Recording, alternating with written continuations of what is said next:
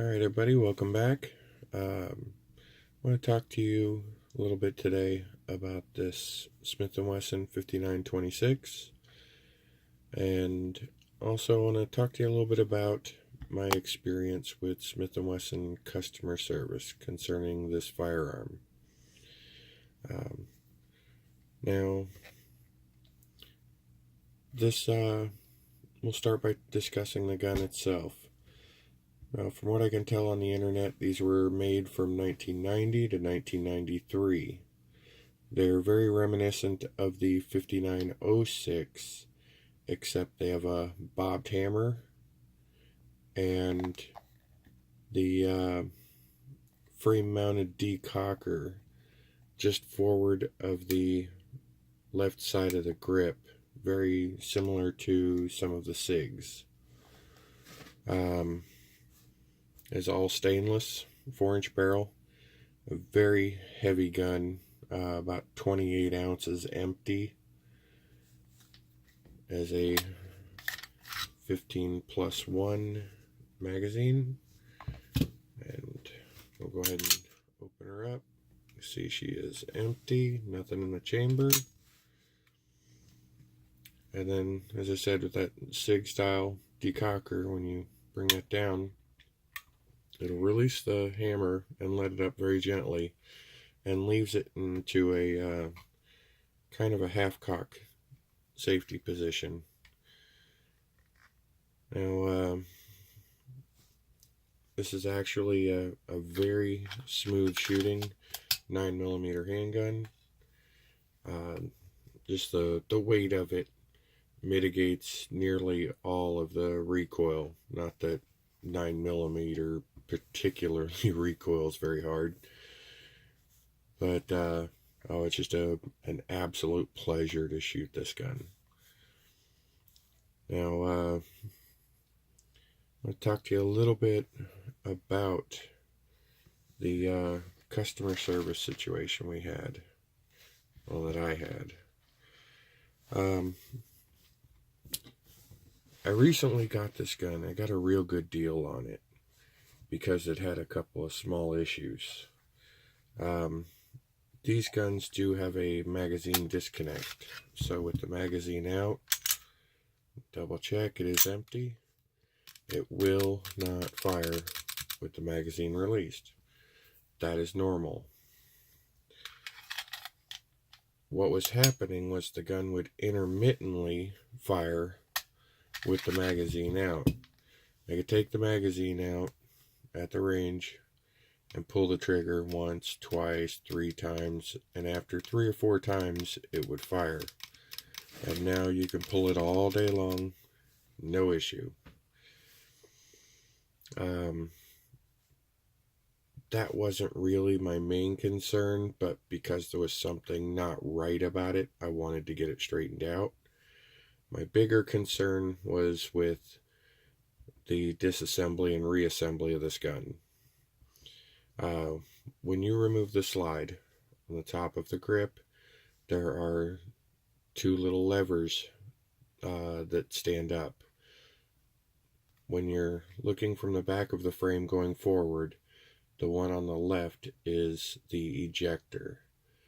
The one on the right actuates the firing pin safety plunger. Now, the problem I had was you normally have to push the ejector down on this before you can bring the slide all the way back. That's normal. That's just a part of the assembly process.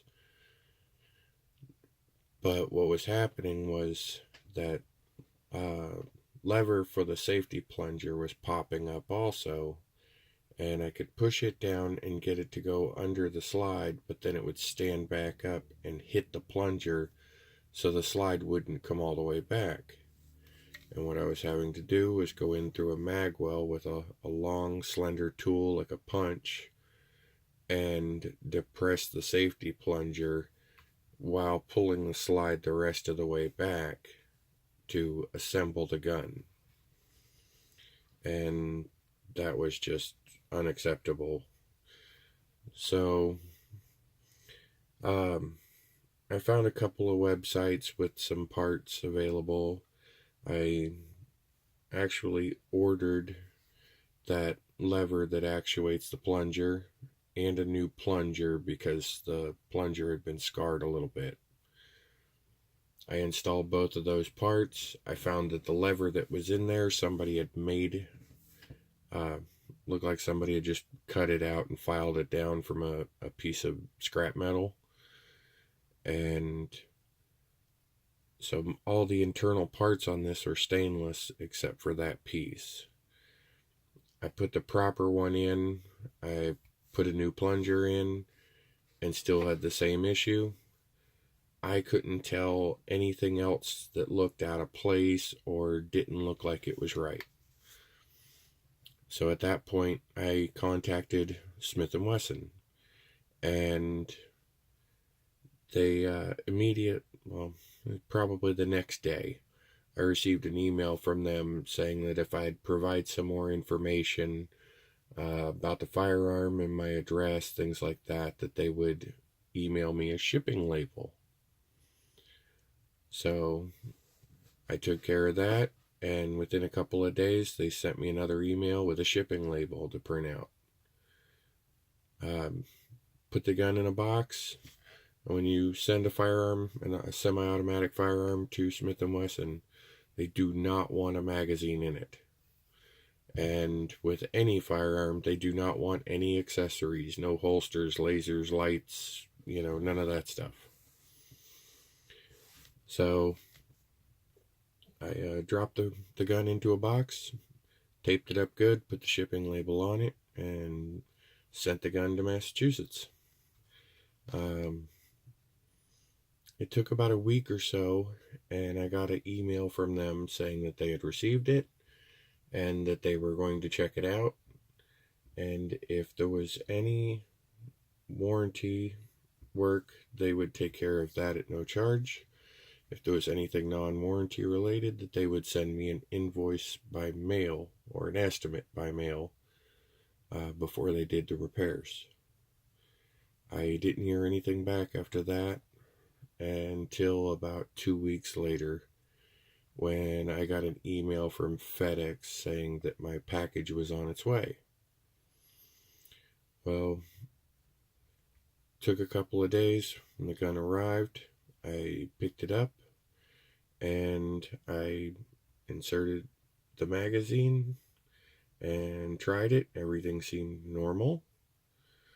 I removed the magazine, pulled the trigger a dozen times or more. It did not fire anymore with the magazine removed. So at that point, I took the gun apart, and that lever that actuates that safety plunger, as long as the hammer is up, it lays down flat. And I was able to just bring the slide back, push that extractor down, and bring the slide the rest of the way on. Everything went exactly like it should. Pin went right in. So no more special tools needed to put it together. So all in all, inside the package with the gun, there was a couple of notes, I guess, from where the gun was moved from department to department. And one of them inside of there said that the technician had replaced some springs as needed. But I got to admit, for a gun that's somewhere between 25 and 28, 29 years old, they fixed everything for nothing.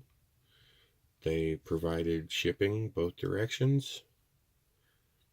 I had no out-of-pocket expenses, and I have absolutely no complaints about Smith and Wesson. I'm really impressed that they did such a great job of taking care of the issues with this, and it will definitely be considered in my future new firearm purchases. So if you enjoyed this, please hit the thumbs.